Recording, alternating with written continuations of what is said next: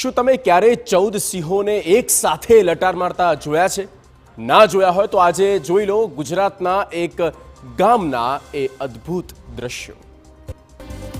ગીર સોમનાથમાં વધુ એક વખત ડાલામથા સાવજની લટારના દ્રશ્યો સોશિયલ મીડિયા પર વાયરલ થયા, જ્યાં કોડીનાર ઉના સ્ટેટ હાઈવે પર સિંહ પરિવારનો શાહી અંદાજ કોઈ રાહદારીએ પોતાના કેમેરામાં કેદ કરીને વાયરલ કર્યો છે।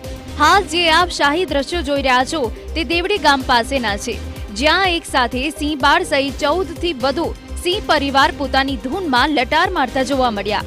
વિડીયોમાં જોઈ શકાય છે કે 8 થી વધુ સિંહ બાળ અને સિંહાણો રસ્તા પર પોતાની મસ્તીમાં પસાર થઈ રહ્યા છે।